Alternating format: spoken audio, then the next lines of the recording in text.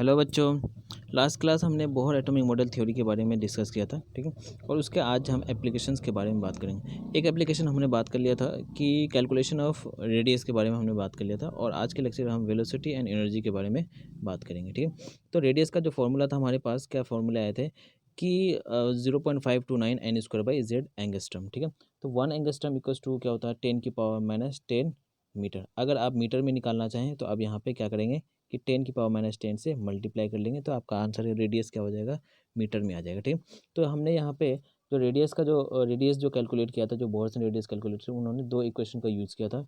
एक इक्वेशन था आपके क्या, quantizations of angular momentum, and दूसरा था force balance equation. Force balance equation means कहने का मतलब है कि जैसे ये न्यूक्लियस है, तो इस न्यूक्लियस के चारों ओर जो इलेक्ट्रॉन रिवॉल्व करते हैं, इनमें दो फोर्स एक दूसरे को बैलेंस करते हैं। एक तो क्या होता है, सेंटर के आउटर मोस्ट में इलेक्ट्रॉन फोर्स लगाता है, ठीक है। इलेक्ट्रॉन एक क्या बाहर की तरफ एक फोर्स लगाता है जिसको बोलते हैं सेंट्रीफ्यूगल फोर्स, और एक इनर साइड एक फोर्स लगाता है जिसको बोलते हैं electrostatic force. Means electrostatic force क्या है कि यहाँ पे न्यूक्लियस एंड इलेक्ट्रॉन के बीच में जो फोर्स लगते हैं उसको बोलते हैं इलेक्ट्रोस्टैटिक। मींस दो स्टैटिक चार्ज के बीच में जो फोर्स लगता है उसको बोलते हैं इलेक्ट्रोस्टैटिक फोर्स। तो ये इलेक्ट्रोस्टैटिक फोर्स आप 12th में पढ़ेंगे, बस हमें वहाँ के फॉर्मूले यूज़ करने हैं। तो फॉर्मूला जो होता है KQ1Q2/r²। क्या होता है KQ1Q2/r²। मान लो Q1 हम न्यूक्लियस को लेते हैं, Q1 आपका न्यूक्लियस हो गया, और इलेक्ट्रॉन क्या हो गया Q2। तो इलेक्ट्रॉन तो ये हो गए, ठीक है। एंड न्यूक्लियस में जो होगा प्रोटॉन होते हैं और न्यूट्रॉन होता है। तो यहाँ पे जो चार्ज है न्यूट्रॉन का तो कोई चार्ज ही नहीं होता है। तो जो भी चार्ज है प्रोटॉन का, तो प्रोटॉन का क्या है, प्रोटॉन का कितना होगा, चार्ज होगा, ठीक है।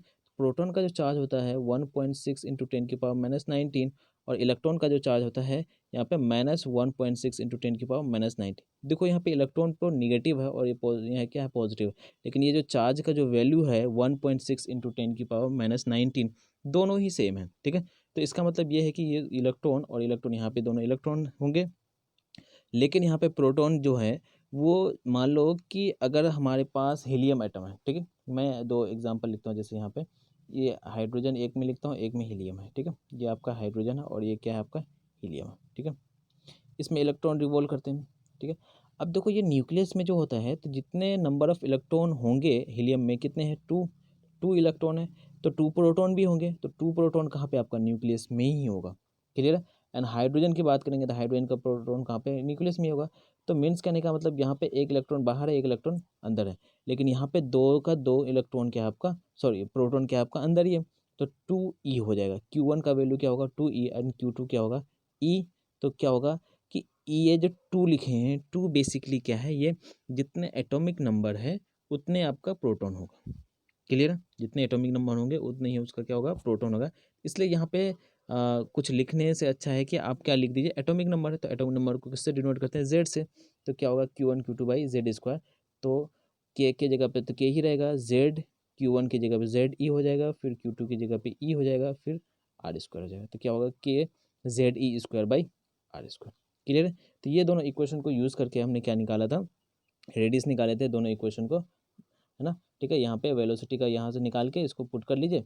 पुट करने के बाद यहाँ से आपका रेडियस का फॉर्मूला आ जाएगा, और जो जो कांस्टेंट है ना, 2 है, h है, जो इसको प्लैंक्स कांस्टेंट बोलते हैं, पाई हो गया, k हो गया, है ना, m हो गया, इलेक्ट्रॉन का मास हो गया, इलेक्ट्रॉन का चार्ज हो गया, सारे वैल्यू पुट कर लीजिए।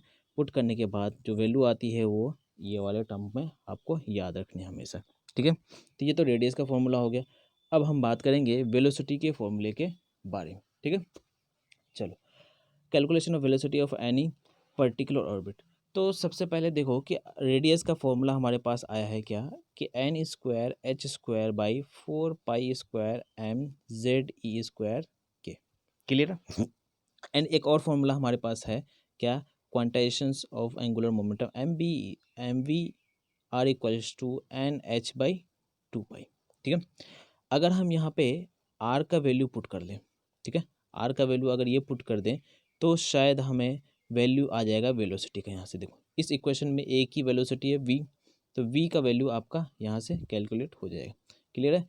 तो v यहाँ से m कहीं ना कहीं ये कैंसिल हो जाएगा। तो ये सारे वैल्यू आप यहाँ पे कुछ नहीं करना है, mv r equals to nh/2π में रेडियस का वैल्यू रख देना है, आपको यहाँ से वेलोसिटी का फॉर्मूला मिल जाएगा, ठीक है। चलो यहाँ पे देखो, तो आर एन का वैल्यू दिया हुआ है ना, आर एन का मतलब हो गया nth ऑर्बिट का जो रेडियस होगा वो चीज़ें हैं। ठीक है। MVR इक्वल्स टू NH/2 पाई, तो R का वैल्यू यहाँ पे पुट कर लीजिए। तो R का वैल्यू पुट करेंगे तो M से M यहाँ पे कैंसिल हो जाएगा, एन स्क्वायर यहाँ से एक 1n से कैंसिल होगा, H से H कैंसिल हो जाएगा, ठीक है। और 2 पाई से यहाँ पे 4 पाई स्क्वायर है तो ये कैंसिल हो जाएगा, तो 1 पाई आपके बचे रहेंगे। तो इसको क्रॉस मल्टीप्लिकेशन करेंगे, तो क्रॉस मल्टीप्लिकेशन करेंगे तो क्या होगा, 2 पाई ZKE² बाई NH हो जाएगा। क्लियर।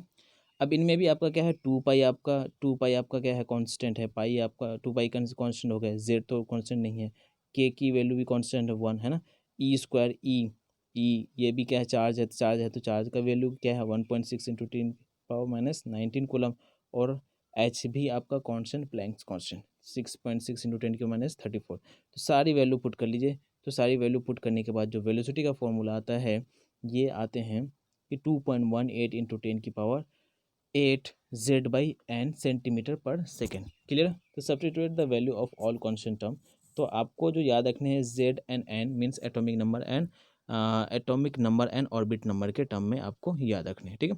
जितने भी अभी तक IIT JEE एंड नीट में जितने भी क्वेश्चंस आए हैं वो सारे Z/n के टर्म में आए, ठीक है।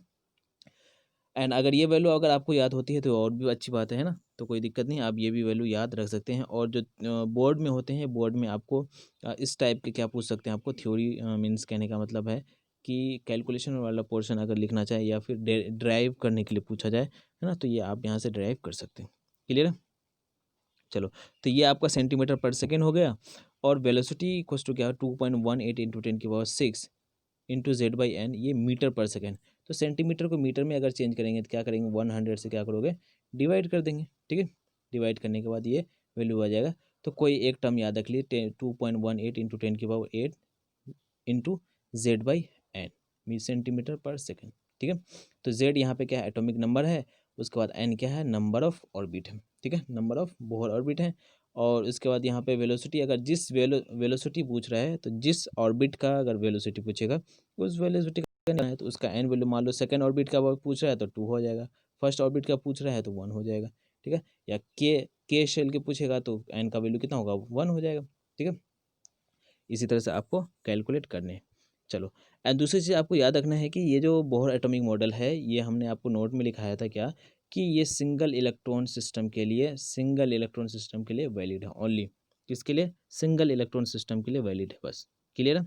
चलो, अब हम इसके जो हमारे पास फॉर्मूला है, उस फॉर्मूले का हम क्या करेंगे, क्वेश्चंस करते हैं उसके बेसिस पे। तो हमें क्या है कि calculate velocity of electron in third orbit, Bohr orbit है ना, ऑर्बिट ऑफ लिथियम +2। तो देखो, थर्ड का मतलब हो गया कि n इक्वल्स टू कितना हो गया आपका 3। उसके बाद लिथियम है, तो लिथियम का Z का वैल्यू कितना होता है आपका 3 होता है, ठीक है। तो 3 होता है, बस आपको वेलोसिटी कैलकुलेट करना है तो वैल्यू पुट कर लीजिए 2.18 इंटू 10⁸8। यहाँ पे देखो कहीं मीटर और सेंटीमीटर में कुछ नहीं पूछा है, तो आप सेंटीमीटर में यहाँ पे कैलकुलेट कर सकते हैं, या मीटर में अगर आपको कैलकुलेट करना है तो यहाँ पे 2 पॉइंट जो भी वैल्यू आया है उसको आप क्या कर लीजिए, 100 से डिवाइड कर दीजिए, वो आपका वैल्यू आ जाएगा, ठीक है। तो Z/n तो 3/3 हो जाएगा, तो 3/3 1 हो जाएगा, ठीक है। बाकी वैल्यू पुट कर लीजिए। क्लियर है। 2.18 इंटू 10⁸8 सेंटीमीटर पर सेकेंड हो जाएगी। क्लियर है। चलो, नेक्स्ट क्वेश्चन करते हैं हम। Calculate the velocity of electron in third Bohr orbit. अच्छा सॉरी, ये एक्चुअली दोनों ही रिपीट हो गया, ठीक है। तो एक मिनट, मैं क्वेश्चन को सही कर देता हूँ, एक क्वेश्चन को, ठीक है। ठीक है, यहाँ पे थोड़ा क्वेश्चन है ना, क्वेश्चन यहाँ पे लिख लीजिए, calculate the ratio of velocity, calculate the ratio of velocity, ठीक है। क्वेश्चन लिखिए, calculate the ratio of velocity of electron of sixth Bohr orbit, क्या, sixth Bohr orbit of beryllium +3, ठीक है। Sixth Bohr orbit of beryllium +3 to third Bohr orbit of helium +1, to third Bohr orbit of helium +1, ठीक है। दो आप दोनों के ratio निकालने हैं। तो इसके देखो यहाँ पे RN sixth Bohr orbit of beryllium +3 and third Bohr orbit of helium +1 के, ठीक है। चलो, तो यहाँ से हम पहले कैलकुलेट करते हैं Z और N की वैल्यू। तो N का वैल्यू कितना हो गया आपका, यहाँ पे 6 हो गया, ठीक है। और Z का वैल्यू बेरिलियम +3 का पूछा है, तो Z कितना हो जाएगा आपका 4 हो जाएगा, हाइड्रोजन हीलियम लिथियम बेरिलियम, ठीक है, 4 हो जाएगा। इसमें देखिए हीलियम का कितना हो गया, Z का वैल्यू कितना हो गया 2, एंड Z का वैल्यू कितना हो गया आपका 2, और उसके बाद थर्ड का पूछा है तो N इक्वल्स टू कितना होगा आपका 3। तो रेशियो पूछा है तो किसका किसका पूछा है, वेलोसिटी पूछा है, वेलोसिटी का रेडियस पूछा है, तो 6, पहले 6 उसके बाद कितना होगा थर्ड, तो v6/v3 इक्वल्स टू क्या हो जाएगा 2.18 इंटू 10 की पावर, दोनों में ही से 10 की पावर सेम होगा, 10 की पावर सॉरी 8 -8 नहीं 8 होगा, ठीक है, इंटू क्या होगा आपका z/n, तो z कितना है आपका 4/6, तो 4/6 को आप क्या लिख सकते हैं 3, 4/6 को आप क्या लिख सकते हैं 2/3 लिख सकते हैं आई थिंक, है ना। उसके बाद सेकेंड वाला देखें, इसका भी सेम होगा 2.18 इंटू 10 की पावर 8 इंटू, है ना, z/n, तो z इसका कितना है 2 और n का वैल्यू कितना है 3, z/n कितना हो गया 2/3, 2/3, चलो तो ये तो कैंसिल हो गया, ठीक है। और 4/6 को क्या लिख सकते हैं 2/3, तो 2/3 और 2/3 क्या हो जाएगा आपका कैंसिल हो जाएगा, तो जो रेशो हो जाएगा v6:v3 इक्वल्स टू क्या होगा 1:, क्या होगा 1, ठीक है। तो रेशियो क्या हो गया वेलोसिटी का v6/v3 का क्या हो गया 1:1 हो जाएगा, क्लियर है। चलो अब हम बात करते हैं, नेक्स्ट बात करेंगे एनर्जी के बारे में, ठीक है, एनर्जी का कैलकुलेशन करते हैं, ठीक है। सबसे पहले हम जानते हैं कि एनर्जी का कैलकुलेशन करने के लिए कि टोटल एनर्जी है ना, तो टोटल एनर्जी जो होते हैं आपके 2 फॉर्म में होते हैं, जो इलेक्ट्रॉन जो रिवॉल्व करते हैं वो 2 फॉर्म में एनर्जी रिवॉल्व करते हैं, ठीक है, 2 फॉर्म में होते हैं एनर्जी, कौन कौन सा होता है आपका, एक तो होता है काइनेटिक एनर्जी, दूसरा होता है क्या होता है आपका total energy, sorry kinetic energy, दूसरा होता है पोटेंशियल एनर्जी, पोटेंशियल एनर्जी और दूसरा क्या होता है आपका काइनेटिक एनर्जी, क्लियर है, potential energy and kinetic energy. Kinetic energy जो होते हैं ये किसकी वजह से होता है, इलेक्ट्रॉन मूविंग की वजह से होता है, वेलोसिटी की वजह से होता है या मोशन की वजह से होता है, इलेक्ट्रॉन जो मूव करते हैं इस ऑर्बिट में, इस ऑर्बिट में जो इलेक्ट्रॉन मूव कर रहा है उसी की वजह से आपका क्या होता है काइनेटिक एनर्जी हो रहा है। एंड पोटेंशियल एनर्जी जो होते हैं ये पोटेंशियल एनर्जी किसकी वजह से होता है आपका चार्ज की वजह से होता है, ठीक है। तो पोटेंशियल एनर्जी का जो फॉर्मूला होता है सॉरी काइनेटिक एनर्जी का जो फॉर्मूला था 12 mv² होता है, जो हमने 10th क्लास में पढ़े थे, ठीक है। एंड पोटेंशियल एनर्जी का फॉर्मूला हम यहाँ पे रहेंगे KQ1Q2/R होता है, ठीक है। ये आप है ना 12th में एटॉमिक स्ट्रक्चर में पढ़ेंगे, ये फॉर्मूला कहाँ से आया नहीं आया, सॉरी एटॉमिक स्ट्रक्चर में नहीं, इलेक्ट्रोस्टैटिक में पढ़ेंगे, ठीक है। पूरा अच्छा चैप्टर है ना, बहुत 1-1.5 महीना चलता है। तो हमें बस यहाँ पे जो यूज़ करना है सिर्फ फॉर्मूले की यूज़ करना है, क्या फॉर्मूला होता है KQ1Q2/R, ठीक है। Q1 Q2 तो आपको पता है न्यूक्लियस का चार्ज, और दूसरा क्या है जो इलेक्ट्रॉन रिवॉल्व करते हैं उसका चार्ज। तो जब यहाँ पे वैल्यू पुट करेंगे तो क्या हो जाएगा आपका के का वैल्यू यहाँ पे CGS में 1 पुट मान के चलते हैं, 1 लेके चलते हैं, ठीक है। तो Q2 कितना न्यूक्लियस अगर है तो क्या होगा ZE, एंड इलेक्ट्रॉन का E हो जाएगा तो क्या होगा ZE², ठीक है, ZE²/R हो जाएगा पोटेंशियल का, ठीक है। चलो तो यहाँ से हम आगे कैलकुलेट कर लेंगे kinetic energy and potential energy, and इसी को इन दोनों एनर्जी को अगर हम क्या करते हैं ऐड कर लेते हैं तो टोटल एनर्जी हमें मिल जाता है। Potential energy and kinetic energy को ऐड करने के बाद क्या होता है आपका हमारा टोटल एनर्जी। तो किसी सिस्टम में 2 टाइप की एनर्जी है, potential energy and kinetic energy, तो दोनों को ऐड करेंगे तो हमें क्या मिलेगा टोटल एनर्जी, ठीक है। तो इसके फॉर्मूले देखेंगे कि total energy and kinetic energy क्या होता है ना, क्या फॉर्मूला होगा, एंड उसमें तीनों में रिलेशंस क्या होते हैं, ठीक है। चलो एक एक करके देखते हैं पहले कि इलेक्ट्रॉन इन एनी और particular orbit passes through 2 types of energy, ठीक है।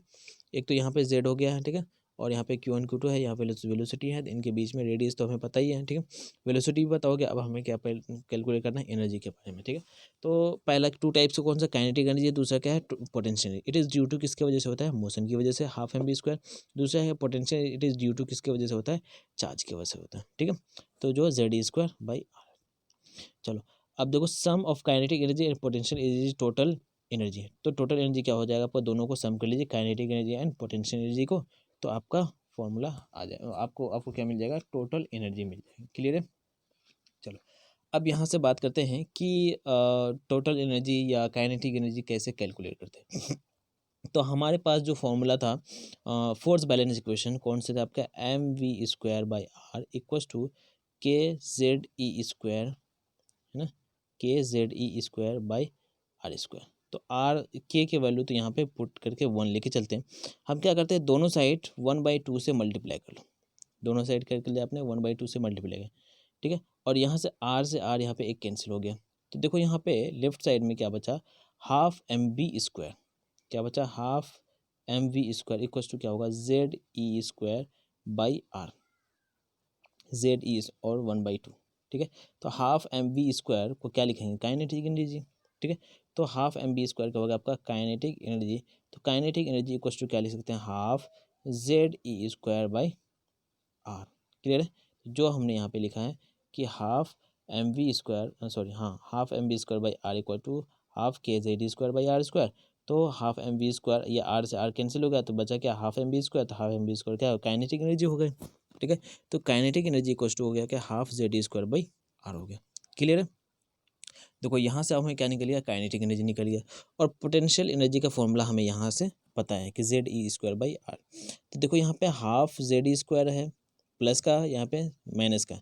तो यहाँ पे अगर हमें टोटल एनर्जी लिखना है तो दोनों को क्या करेंगे, प्लस कर लेंगे, ठीक है। तो हाफ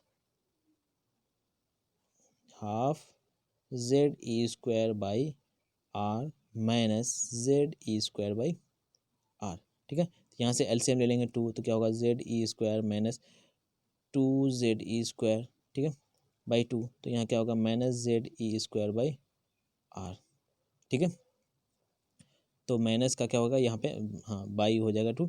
तो टोटल एनर्जी का जो फॉर्मूला होगा क्या होगा आपका, minus ZE square, half minus ZE square by, है ना, आर हो जाएगा। तो ये आपके होगा टोटल एनर्जी का फॉर्मूला। तो टोटल एनर्जी भी मिल गया आपको, काइनेटिक एनर्जी मिल जाए एंड पोटेंशियल एनर्जी मिल गई। तो क्या आप यहाँ से फॉर्मूले को एक रिलेशनशिप में चेंज कर सकते, रिलेशन आप बता सकते हैं, ठीक है। तो रिलेशन के बारे में हम आगे बात करते हैं। तो ये आपके हो गया पोटेंशियल एनर्जी, ये हो गया आपका काइनेटिक एनर्जी, ठीक है, और ये हो गया आपका टोटल एनर्जी। तो negative sign of energy indicates that attraction between nucleus and electron. Means कहने का मतलब है कि यहाँ पे जो दिखाया गया है कि जो नेगेटिव है, ये जो एनर्जी है नेगेटिव इसलिए है क्योंकि न्यूक्लियस एंड इलेक्ट्रॉन के बीच में क्या है, फोर्स ऑफ अट्रैक्शन है। कैसे, देखो कि इलेक्ट्रॉन पे और प्रोटॉन पे, प्रोटॉन क्या पॉजिटिव, इलेक्ट्रॉन क्या निगेटिव, तो इन दोनों को मल्टीप्लाई करेंगे तो यहाँ पे क्या हो गया, अपोजिट साइन हो गया, ये हो गया प्रोटॉन और यहाँ पे ये हो गया पॉजिटिव, है ना, प्रोटॉन मीन्स न्यूक्लियस और इसमें निगेटिव। तो ये इन दोनों का अनलाइक चार्जेस हो गए, है ना, या अनलाइक पोल हो गया। तो अनलाइक पोल में आपका क्या होगा, फोर्स ऑफ अट्रैक्शन। जब ये दोनों मल्टीप्लाई होंगे तो एनर्जी का जो फॉर्मूला होगा वो क्या होगा, नेगेटिव में ही आएगा। तो एनर्जी आपका क्या होगा, नेगेटिव में आएंगे। इससे हमें पता चलेगा कि इलेक्ट्रॉन एंड जो प्रोटॉन में जो होता है फोर्स ऑफ अट्रैक्शन हो रहे हैं। क्लियर है। अब हम बात करते हैं कि रिलेशन क्या है ना, kinetic energy and potential energy में। तो देखो कि अगर मैं काइनेटिक एनर्जी की बात करता हूँ, kinetic energy and potential energy में, ठीक है। तो काइनेटिक एनर्जी का जो फॉर्मूला आया था हमारे पास, half Z E square by are by, है ना। और उसके पोटेंशियल एनर्जी की बात करते हैं, ठीक है, एक सेकेंड।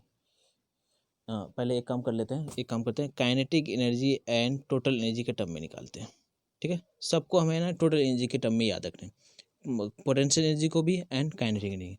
तो काइनेटिक एनर्जी का जो फॉर्मूला होता है, half Z E square by are by क्या होगा, minus half Z E square by R, है ना। यही फॉर्मूला आया था टोटल एनर्जी का, हाफ जेड स्क्वायर माइनस आया था, लेकिन काइनेटिक एनर्जी में क्या है आपका, पॉजिटिव था, ठीक है। तो ये एक दूसरे को क्या करेंगे, एक दूसरे को कैंसिल आउट करेंगे। तो यहाँ से आपका क्या आएगा, काइनेटिक एनर्जी आ जाएंगे, ठीक है। तो काइनेटिक एनर्जी का जो होता है minus total energy into, sorry minus का टोटल एनर्जी, ठीक है। तो काइनेटिक एनर्जी मीन्स अगर आपको टोटल एनर्जी पता चल जाए तो आप उसको क्या करेंगे, माइनस से मल्टीप्लाई करने। तो माइनस से मल्टीप्लाई करते ही आपका क्या हो जाएगा, आपका काइनेटिक एनर्जी आ जाएगी। क्लियर है, ये चीज़ समझ में आया कि अगर आपको टोटल एनर्जी मिल गया तो आप काइनेटिक एनर्जी भी बता सकते हैं और आगे जाके पोटेंशियल एनर्जी भी बता सकते हैं। कैसे, चलो तो ये चीज़ सब समझ में आ गया कि टोटल एनर्जी है तो आप काइनेटिक एनर्जी कैलकुलेट कर सकते हैं, या आपका काइनेटिक एनर्जी होगा तो टोटल एनर्जी भी कैलकुलेट कर सकते हैं, तो माइनस से मल्टीप्लाई कर लेंगे, ठीक है। अब हम नेक्स्ट बात करते हैं, जो रिलेशन बात करेंगे potential energy in, potential energy and total energy के टर्म में। तो पोटेंशियल एनर्जी जो होता है minus minus Z E square by are by -1/2 Z E square by are. तो Z E square by r, Z E square cancel हो जाएगा, ठीक है। उसके बाद जो यहाँ माइनस से माइनस कैंसिल हो जाएगा तो ये 2 ऊपर जाएगा। तो आपका जो वैल्यू आया पोटेंशियल एनर्जी का फॉर्मूला जो आएगा 2 into total energy, 2 into total energy. अब देखो कि अगर आपको टोटल एनर्जी मिल जाता है, मान लो टोटल एनर्जी कितना है आपका 5 इलेक्ट्रॉन वोल्ट, क्या है टोटल एनर्जी आपका 5 इलेक्ट्रॉन वोल्ट। तो यहाँ से आपको पूछे कि kinetic energy and potential energy calculate कीजिए। तो पोटेंशियल कैसे कैलकुलेट करेंगे कि काइनेटिक एनर्जी क्या होता है माइनस का टोटल एनर्जी। तो जो आपका आया है, जो मान लो यहाँ पे टोटल एनर्जी 5 इलेक्ट्रॉन वोल्ट है, तो काइनेटिक एनर्जी कितना होगा 5 इलेक्ट्रॉन वोल्ट। क्लियर है। एंड पोटेंशियल एनर्जी क्या होगा 2 टाइम्स हो जाएगा टोटल एनर्जी का, तो 2 इंटू टोटल एनर्जी। क्लियर है। चलो इसी तरह से आप यहाँ से कैलकुलेट कर सकते हैं, या मैं एग्जांपल एक ले लेता हूँ कि क्वेश्चन लिख लीजिए, है ना। Calculate kinetic energy and potential energy if total energy is -10 electron volt, -10 electron volt. तो बताइए यहाँ पे काइनेटिक एनर्जी क्या होगा, माइनस का टोटल एनर्जी, तो क्या है आपका 10 -10, तो क्या होगा काइनेटिक एनर्जी का जो फॉर्मूला होगा क्या होगा +10 इलेक्ट्रॉन वोल्ट। क्लियर है। यहीं से आपका पोटेंशियल एनर्जी का फॉर्मूला आ जाएगा क्या, 2 टाइम्स ऑफ टोटल एनर्जी, तो -10, तो क्या होगा आपका -20 इलेक्ट्रॉन वोल्ट। क्लियर है, समझ में आया। चलो तो ये आप इसको लिख लीजिए कि kinetic energy and total energy के टर्म में, है ना। तो काइनेटिक एनर्जी क्या होगा माइनस का total energy, and potential energy and total energy में क्या होगा 2 times of total energy. Potential energy is 2 times of total energy. Clear है। तो ये जो क्वेश्चन हमने आपको क्वेश्चन कराया था वो क्वेश्चन आप लिख लीजिए। चलो अब हम इसको जो याद रखेंगे के Z E square by R square के टर्म में नहीं है, हम डायरेक्ट वैल्यू के टर्म में याद रखेंगे थोड़ा बहुत, है ना। सिर्फ ओनली जेड एंड एन के टर्म में याद रखेंगे, ठीक है। चलो तो हमारे पास जो फॉर्मूले हैं कि इलेक्ट्रो एनर्जी का जो फॉर्मूला है टोटल एनर्जी का -1/2 Z E square by R, है ना। आर एन और ई एन का मतलब हो गया कि electro energy in nth shell, और आर एन का मतलब हो गया radius of nth shell. Means अगर मैं ये फर्स्ट सेल की बात करूँगा तो ये भी फर्स्ट सेल का होगा। तो हमें पता है कि रेडियस का वैल्यू हमने कैलकुलेट कर रखा है N square H square by 4 pi square M Z square, ठीक है। तो यहाँ पे हम क्या करें रेडियस का वैल्यू पुट कर लेते हैं। तो रेडियस का वैल्यू पुट करने के बाद ये आपका फॉर्मूले आ गए, -2 pi M Z square by E Z square E की power 4 by N square H square. अब यहाँ पे देखो 2 भी कांस्टेंट है, पाई भी कांस्टेंट है, मास ऑफ इलेक्ट्रॉन है, उसके बाद ई चार्ज ऑफ इलेक्ट्रॉन है, फिर एच भी प्लैंक्स कांस्टेंट है। तो सब ये कांस्टेंट का वैल्यू, जो आपका एन एंड जेड है ये आपका कांस्टेंट नहीं है, क्योंकि किसी पर्टिकुलर ऑर्बिट के बारे में पूछ सकता है और किसी पर्टिकुलर एलिमेंट के बारे में पूछ सकता है, ठीक है, या एटम्स के बारे में पूछ सकता है। तो उसका जो अलग अलग हो जाएंगे एटॉमिक नंबर, ठीक है, number N shell number of shell भी अलग अलग हो जाएंगे। तो ये सारे वैल्यू जो कांस्टेंट है उस कांस्टेंट के वैल्यू सब्स्टिट्यूट कर दीजिए। तो उसके बाद जो सब्स्टिट्यूट करने के बाद जो फॉर्मूला आता है -13.6 Z square by N square electron volt, ठीक है, इलेक्ट्रॉन वोल्ट पर एटम। तो इलेक्ट्रॉन वोल्ट में आपका यहाँ पे आंसर आएगा, ठीक है, एनर्जी का फॉर्मूला। तो ये आपका टोटल एनर्जी हो गया। अगर यहाँ से आप कैलकुलेट करना चाहें kinetic energy and potential energy तो कैलकुलेट कर सकते हैं। बस आपको काइनेटिक एनर्जी के लिए माइनस से मल्टीप्लाई करना होगा, उसके बाद आपको टोटल एनर्जी के लिए क्या पोटेंशियल एनर्जी को क्या करना है उसका टोटल एनर्जी का 2 टाइम्स करना होगा। क्लियर है। चलो अब हम बात करते हैं कुछ कंक्लूजन के बारे में, कि जो आपके पास जो एनर्जी का फॉर्मूला होगा -13.6 Z square by N square, Z square by N square. यहाँ पे क्या देखो माइनस है। अब देखो यहाँ पे जो एनर्जी हो गया एन एच शेल का हो गया, ये energy of nth shell. अब देखो कि जैसे जैसे आपका नंबर एन एच शेल बढ़ेगा, शेल या ऑर्बिट बढ़ेगा, तो मीन्स कहने का मतलब है कि एनर्जी बढ़ेगा। क्यों कि ये वाले टर्म जितना इंक्रीज होगा, क्योंकि यहाँ पे क्या है आपका निगेटिव है ना, तो ये वाले टर्म जितना इंक्रीज होगा ये इतना ही डिक्रीज होगा। क्लियर है। एंड दूसरा चीज़ यहाँ पे क्या है कि जो आपका number of nth shell sorry ना, ये आपका क्या है जैसे जितना ज़्यादा इंक्रीज होगा, है ना, इंक्रीज होगा तो आपका क्या होगा एनर्जी क्या होगा आपका ऑल्सो इंक्रीजेज होगा। क्यों, क्योंकि ये वाले जो टर्म है ये छोटा हो जाएगा।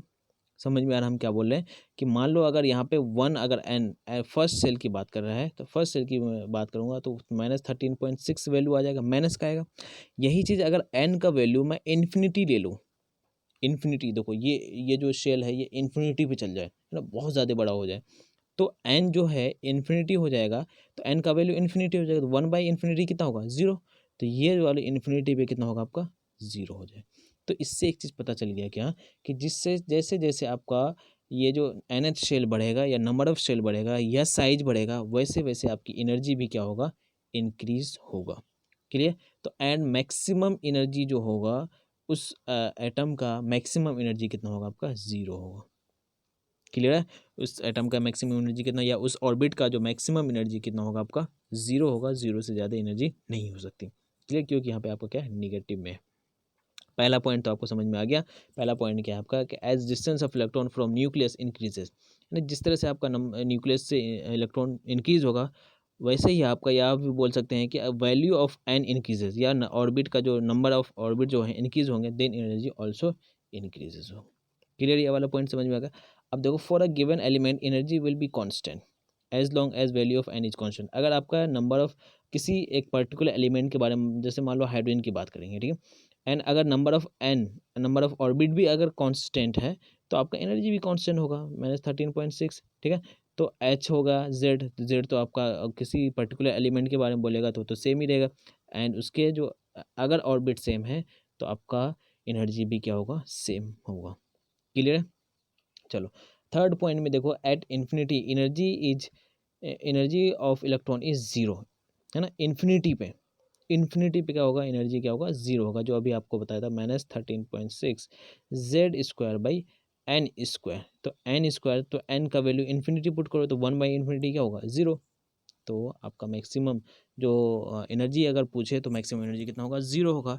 एंड दूसरी चीज़, या तो पूछे कि आपका इन्फिनिटी पे कितना एनर्जी होगा, तो आपका आंसर क्या होगा, 0 होगा। क्लियर? चलो, अब हम कुछ क्वेश्चंस कर लेते हैं फर्स्ट सेकंड थर्ड ऑर्बिट में जो आपका एनर्जी क्या होगा उसके बारे में। तो calculate energy of first second third and fourth Bohr orbit. ये वाली वैल्यू फोर्थ बोर ऑर्बिट तक आपको एनर्जी का टर्म में जो एनर्जी आ रहा है उसको तो याद रखनी ही है, चाहे जैसे भी हो। क्लियर? चलो, और वो किसके लिए पूछ रहा है, आपका हाइड्रोजन एटम के लिए। तो हाइड्रोजन एटम के लिए जेड कितना होगा, 1 हो गया। फर्स्ट ऑर्बिट के लिए पूछा है तो आपका एज एन का वैल्यू कितना हो गया, 1। तो E1 इक्वस टू कितना होगा, कि 1 का स्क्वायर बाई 1, तो 13.6। तो फर्स्ट बोहर ऑर्बिट का एंड हाइड्रोजन एटम की अगर पूछा है तो 13.6 इलेक्ट्रॉन वोल्ट। इसी तरह से एन का वैल्यू कितना होगा, अगर सेकंड बोहर ऑर्बिट में पूछा है तो 2 स्क्वायर हो जाएगा, तो 13.6/4 हो जाएगा, 13.6/9 हो जाएगा, इसी तरह से। ठीक है, तो ये वाली वैल्यू आपको याद होनी चाहिए कि फर्स्ट ऑर्बिट में क्या होता है आपका 13.6 होते हैं, उसके बाद क्या होता है 3.4 1.5 माइनस में, है ना, और -0.85 फोर्थ बोहर ऑर्बिट का 0.85 होते हैं। क्लियर है? ये चीज़ें आप याद रखेंगे आराम से, कहीं भी कोई दिक्कत नहीं होगी। क्लियर है? एंड एक चीज़ आपको और याद रखना है, एनर्जी ऑफ NH शेल। क्या याद रखना है, EH, अगर हाइड्रोजन टर्म के बाद बोल रहा है EH इंटू जेड, सीधा सिंपल सा, EH equals to EH into Z. जिस जेड मतलब जिस एलिमेंट के बारे में पूछ रहा है, और जो हाइड्रोजन के आपके मीन्स कहने के बाद अगर फर्स्ट ऑर्बिट के बारे में बोल रहा है तो फर्स्ट ऑर्बिट का यहाँ से पुट करना। ठीक है, और ओनली जेड का वैल्यू पुट करना है आपको। क्लियर है? चलो, तो जेड स्क्वायर होगा। आज के लिए फ़िलहाल इतना ही रखते हैं, नेक्स्ट क्लास में हम इसके आगे पढ़ेंगे। ठीक है, इस पर क्वेश्चंस करेंगे। ठीक है, चलो नेक्स्ट क्लास मिलते हैं। Thank you.